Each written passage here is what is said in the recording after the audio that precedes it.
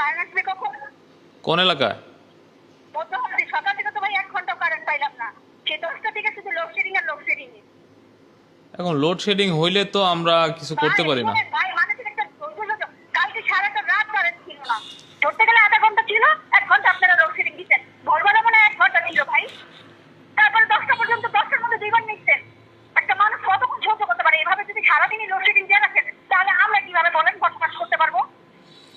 এখন আপনার রাগারাগি সম্পূর্ণ ঠিক আছে, এখন ভাই, আমি আমরা রাগারাগি করতেছি না। আপনারা যদি আমরা 2 মাস বা 3 মাস বিলটা বজায় রাখি, আপনাদের কর্মী এসে কি করে খাম্বা থেকে 4 টাকা দিয়ে চলে জায়গা।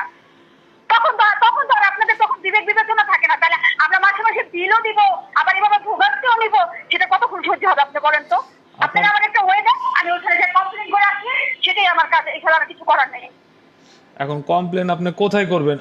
আমাদের যে আমাকে তো ওই যে আমি তো কল সেন্টারে ফোন দিয়েছিলাম, আমাকে বলছে মস্তাপুর যে আমার কাগজ নিয়ে যে ওখানে লিখিত কমপ্লেন দিয়ে আসছে। আচ্ছা দিয়ে আসেন, সমস্যা নেই, আপনি কমপ্লেন দিতে চলে এখন যেতে আপনি পারেন। সারাদিনে যদি এভাবে লোডশেডিং দিয়ে রাখেন, আমরা কয়েক ঘন্টা কারেন্ট পাইছি, আপনি একটু সকাল থেকে এই পর্যন্ত দুপুর 1:30 বাজে, আপনি একটু বিবেচনা করে দেখেন তো 1 ঘন্টা পুরোপুরি ভাবে আপনি কারেন্টটা দিচ্ছেন এটা তো নাকি? আমি অস্বীকার করতেছি না যে আপনি বিদ্যুৎ আপনি পাইছেন, সেটা তো আমি বলতেছি না। এটা আমি স্বীকার করতে যে বিদ্যুৎ আপনার অনেক সমস্যা আছে, লোডশেডিং এর কারণে অনেক সমস্যা আছে, আমি তো এটা অস্বীকার করতেছি না। এখন এই সমস্যা তো আর আমি লোডশেডিং হতে থাকে ভাই, বাসার মধ্যে টিভি থাকে, ফ্রিজ থাকে, কত ইলেকট্রিক জিনিস থাকে, এগুলো তো নষ্ট হয়ে যাবে।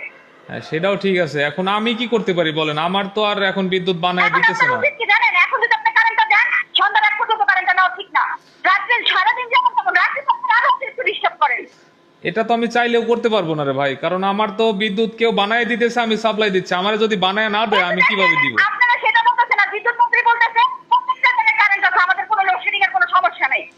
এটা ভাই আমি কিছু বলতে পারলাম না, এখন আমার কাছে বিদ্যুৎ আচ্ছা নেই, ঠিক আমি আছে দিতে ভাই, পারছি এখন না। আপনি আমাকে বলছেন আমি লিখিত কমপ্লেন দিয়ে আসবো, এরপর যদি কোনো সুরা না হয় এখন থেকে আমরা আর বিল দিব না। যেই দিন লোডশেডিং ঠিক হবে সেদিনই যে কারেন্ট বিল দিব, এর আগে একটা দিনও কারেন্ট বিল দিব না। এবং আমার আশেপাশে যত আত্মীয় স্বজন আছে মানে প্রত্যেককে বলে দিব কেউ যেন আর পরে কারেন্ট বিল না হয়। ঠিক আছে, আমি এই বিষয়ে আপনাকে কোনো কমেন্ট করতে পারতেছি না আপু, সেটা আপনার ইচ্ছা। এখন আপনি কারেন্ট কখন দিবেন সেটা বলেন।